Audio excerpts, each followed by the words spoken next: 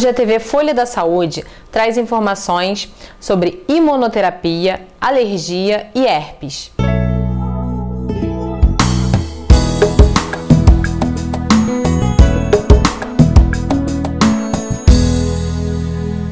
Alergia alimentar, de pele ou respiratória. Estatísticas apontam que toda criança tem 20% de chance de se tornar alérgica. Se um dos pais tiver o problema, essa probabilidade sobe para 40%. E se ambos forem, o risco é de até 80%.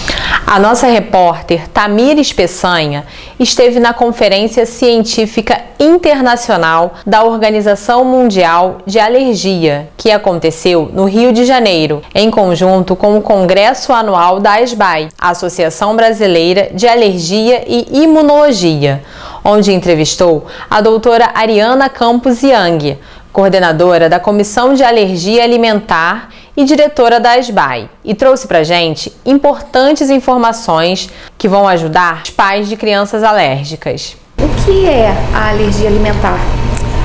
A alergia alimentar é uma reação do sistema imune do corpo reagindo contra uma proteína presente no alimento, e essa reação pode causar sintomas em vários órgãos.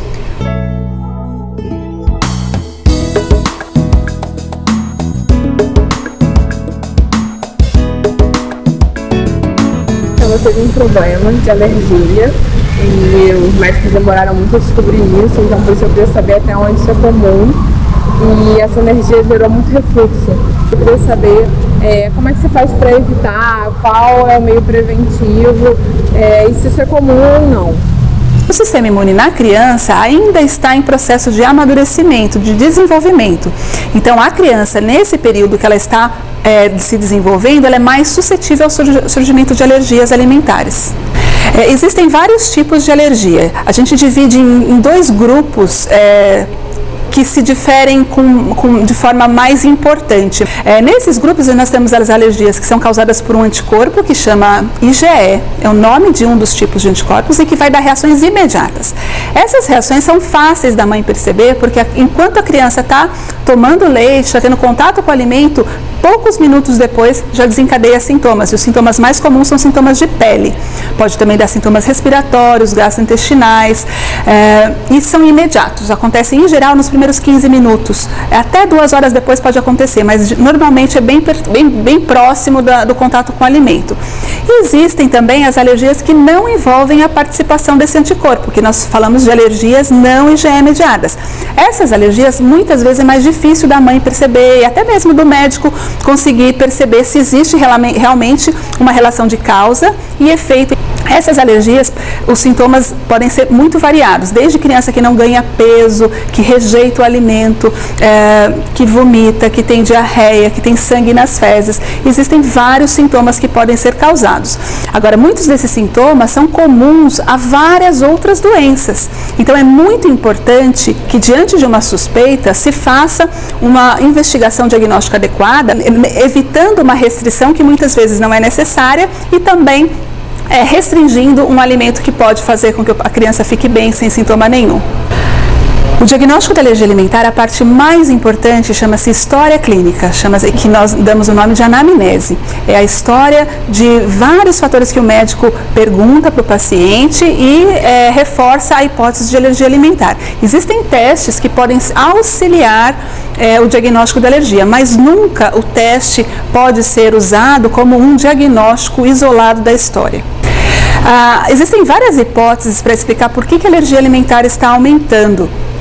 Uma delas são as alterações que acontecem nos primeiros momentos da vida em relação ao estímulo que o sistema imune vai receber. Então, a gente sabe que o parto cesárea, receber leite de vaca na maternidade ao invés do leite materno, o uso frequente de antibióticos. Existem vários fatores que vão interferir a forma como o sistema imune está sendo estimulado. E isso pode levar a um desequilíbrio que vai resultar na alergia alimentar. O tratamento da alergia alimentar a gente divide em 3 aspectos. Um é a restrição do alimento E dependendo do alimento que vai ser restrito da dieta, pode ser necessário um cuidado nutricional e uma atenção nutricional especial, porque pode ser um alimento importante que é retirado da dieta. A outra frente de tratamento, a outra abordagem de tratamento é a prevenção das reações em relação à orientação dos pacientes e das famílias e de todas as pessoas que cuidam da criança em relação às situações de risco. E o terceiro aspecto, alguns alimentos são de exposição muito frequente, principalmente no Brasil, que nós não temos uma regulamentação para identificar esses alérgenos nos alimentos. Então a gente sabe que o risco de exposição ele é muito alto e, portanto, as reações elas acontecem. Em um ano que nós seguimos o paciente, mais da metade desses pacientes tem alguma reação acidental.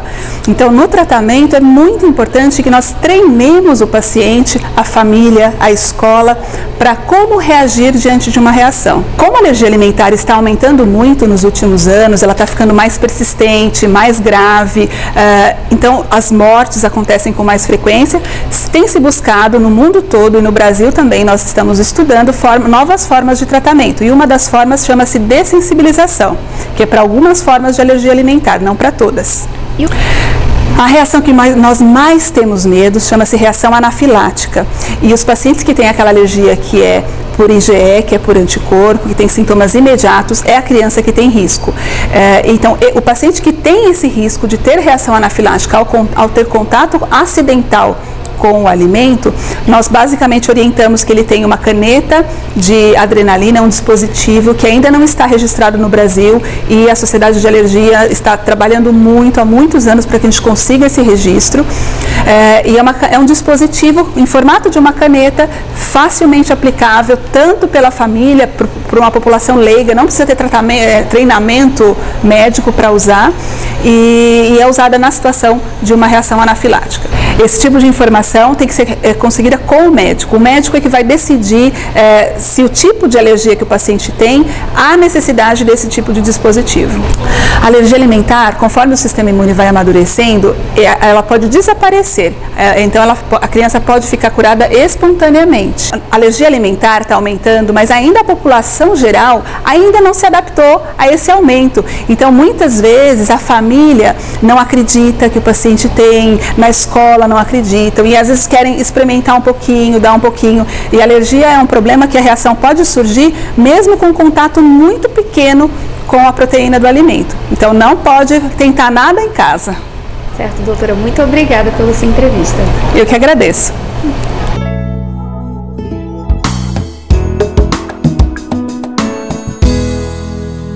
Nós estamos com a Patrícia e o filho dela também tem alergia alimentar. Patrícia, como você descobriu essa alergia? Eu fui testar um leite quando eu estava parando de amamentar. E aí testei um leite de lata normal que se dá para beber. Ele tinha 8 meses e ele começou, no primeiro gole, ele começou a ficar inchado, roxo, com placas vermelhas em volta da boca. Eu fiquei muito assustada, saí correndo para o hospital, cheguei para emergência. Quando falei que ela era ingestão de leite, vieram 2 enfermeiras já com uma seringa de adrenalina na mão. Foi uma coisa traumática para todo mundo que estava junto. E depois disso, como é a alimentação do seu filho? Quais foram as orientações? Depois disso, até hoje, a gente mantém ele em restrição completa de leite.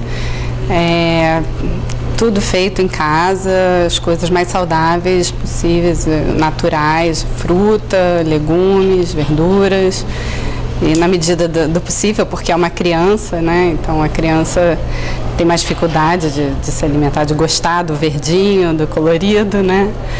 E os alimentos industrializados lupa no supermercado para ler todos os rótulos. A dúvida que muitos pais têm, muitas mães, é essa relação com a escola. Quando o filho tem alergia alimentar, o que pode dar, o que não pode, como isso funciona? Você tem que ter um diálogo direto com os nutricionistas da creche, da escola. Sem esse diálogo não é viável. Sim, tem problema de contato, porque alergia alimentar não é só com ingestão. Então, tem criança que tem problema de contato. Se a criança do lado está comendo e encosta, é ruim. Então, tem que ter a conscientização da escola, a aceitação da ajuda da família e vice-versa. Nós encontramos aqui com a Mariana, ela é jornalista e é coordenadora de um projeto que você deve conhecer. Se você não conhece, ela vai te explicar agora um pouquinho o que é esse projeto, que se chama Põe no Rótulo. Mariana, você é coordenadora do projeto, explica pra gente o que é. Sou uma das coordenadoras da campanha, que a gente chama de campanha, e foi criada por famílias de crianças com alergia alimentar. Então a gente percebeu no nosso dia a dia, com os nossos filhos, a dificuldade de encontrar produtos industrializados, porque a gente não pode comer na rua, né? A gente não pode comer normalmente porque são crianças que têm alergia a ovo, leite. Ok, então vamos comer em casa, mas em casa a gente tem que comprar os produtos nos supermercados. E esses produtos, como a gente não tem uma lei da rotulagem no Brasil, a gente enfrenta dificuldades em relação aos rótulos que não são corretos ou não são claros ou omitem algumas informações que são importantíssimas para a gente. Então, a partir daí, a gente ligou muito para saques e não tinha essas respostas. E a gente resolveu fazer uma campanha para mobilizar a sociedade, principalmente a população não alérgica, para a necessidade da rotulagem no Brasil. A gente tem isso na Europa, tem isso nos Estados Unidos, mas no nosso país a gente não tem.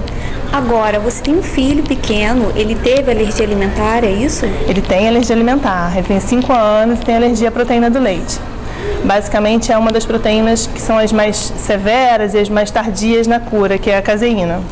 E a questão é, quando você tem alergia alimentar, pensar, então é só tirar o leite, só não, né, que é uma coisa difícil, mas tira o leite do cardápio. No caso dele, ele teve edema de glote e teve um choque anafilático 2 vezes ingerindo por questões acidentais, mas também teve a questão do giz, ele estava brincando com giz e eu não podia imaginar que a camada que reveste o giz, eu fiquei sabendo disso depois, tem a caseína. Então ele reagiu brincando, ficou com o pó do giz na mão, coçou o nariz e depois foi brincar na escola como qualquer criança faz. E ele teve uma reação severa, assim como também já reagiu à bola de encher, como tem crianças que reagem a cheiro. Então, assim, são questões que ultrapassam o problema da ingestão. E ele teve uma reação severa. Quais informações as mães conseguem na página? A gente fala um pouco de anafilaxia, a gente fala um pouco da questão dos rótulos, fala um pouco da dúvida em relação à nomenclatura, porque a gente nos rótulos tem albumina. A albumina é a proteína do ovo. O leigo não sabe que a albumina que está presente pode estar presente no arroz é a proteína do ovo. Não sabe que caseinato de sódio é a proteína do leite, que é a tal da caseína que eu falei. Então a gente tenta também desmistificar esses nomes científicos e difíceis para o leigo, para a população em geral. Aqui a gente mostra, tudo bem que a bala não é uma coisa muito saudável, mas o rótulo a pessoa tem que torcer para você poder ver se a criança pode comer a bala ou não. Como é que ela vai saber se não abre? Aí, para você abrir, você tem que comprar, né? Então, rótulo pequeno, rótulo difícil. Então, a gente fala de várias abordagens a questão do rótulo de várias maneiras.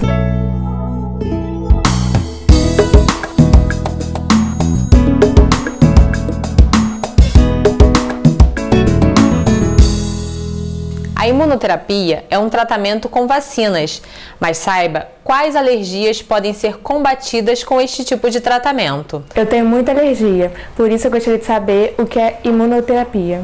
A imunoterapia é uma forma de tratamento que já completou mais de 100 anos e ela se presta a tratar as doenças alérgicas causadas por anticorpos do tipo IgE. São doenças que são causadas por agentes externos, como poeira, ácaros, fungos e principalmente venenos de insetos.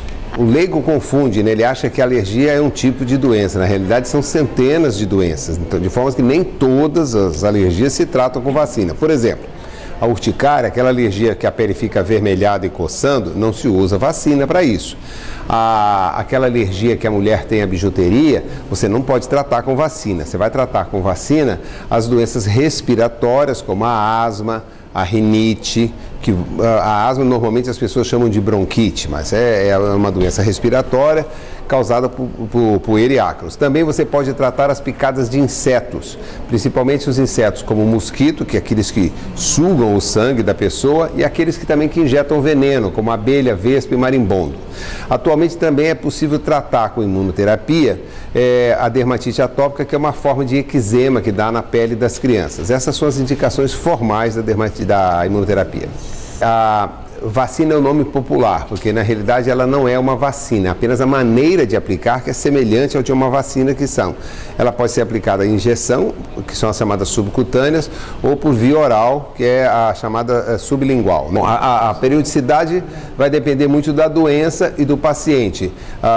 As vacinas orais, por exemplo, são aplicadas todos os dias. As vacinas injetáveis podem ser feitas com intervalos mais longos de 7 dias, 14 ou até 20 dias entre as doses. Em algumas vacinas, como aquelas para abelha, vespa e marimbondo, chegam a ter intervalos até de 3 em 3 meses por dose.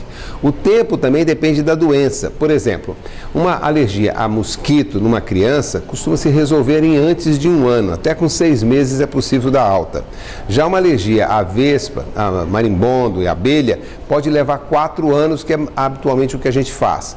A média que nós utilizamos hoje é entre 2 e 3 anos para as doenças respiratórias, então. 100%, não existe nada nesse país, nesse mundo que é 100%. Ela tem uma cobertura bem ampla. Por exemplo, as alergias por insetos são praticamente 100% de cura, porque você tem um agente e um meio de tratar.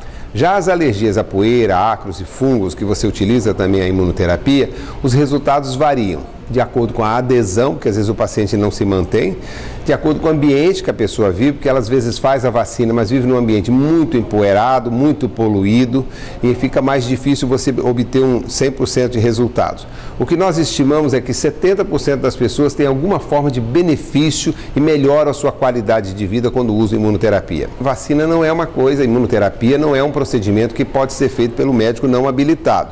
Os riscos são mínimos, porque no nosso país, os agentes que causam as alergias são, no caso da poeira e do ácaro, raramente causam efeitos sistêmicos com as vacinas.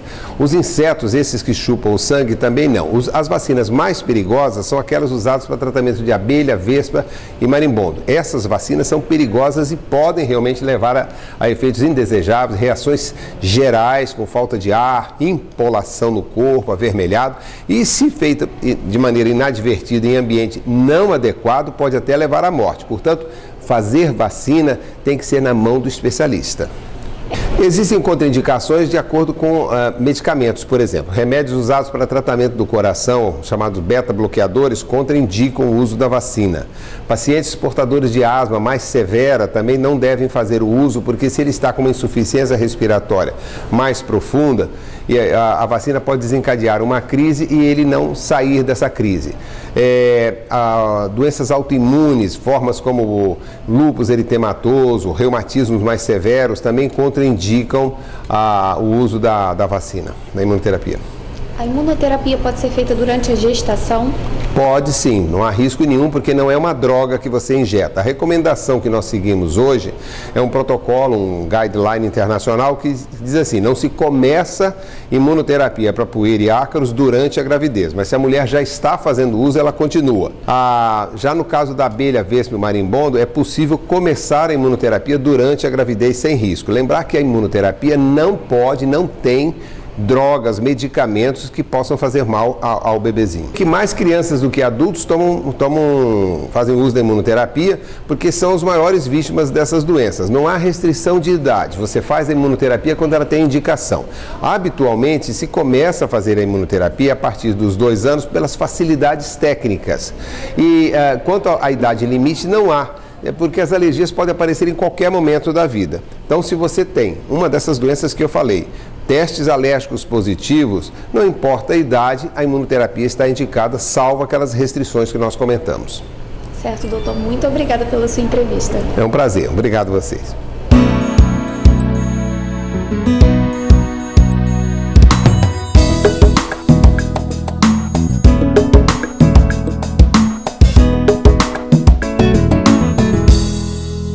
Nós estamos aqui na Pavuna, zona norte do Rio, para conversar com algumas pessoas.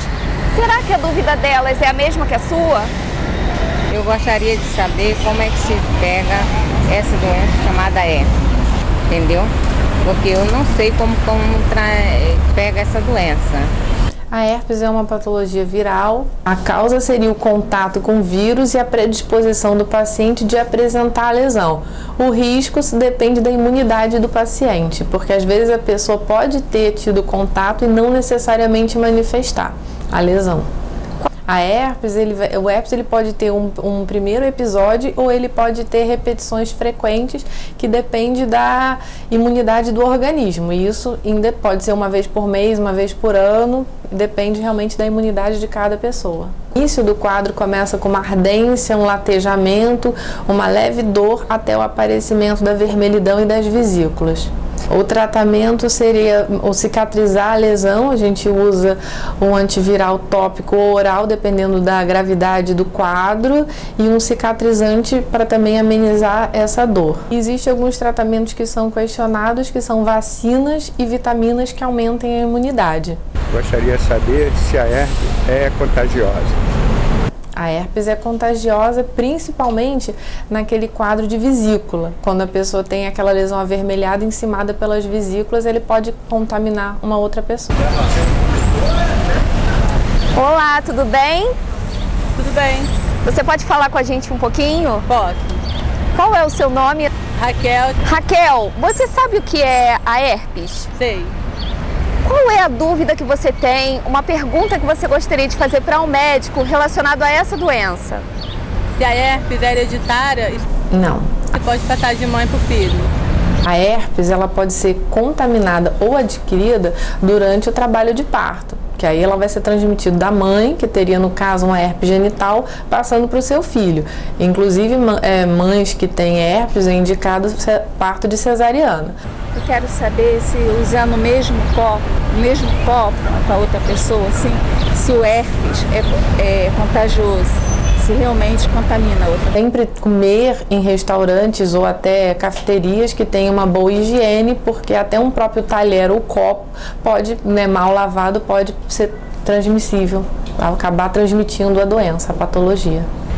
Por que quando vai à praia as pessoas pegam herpes? Algumas pessoas, minha filha tem, só quando pega sol na praia. A herpes dela aparece quando ela pega sol, é isso? É.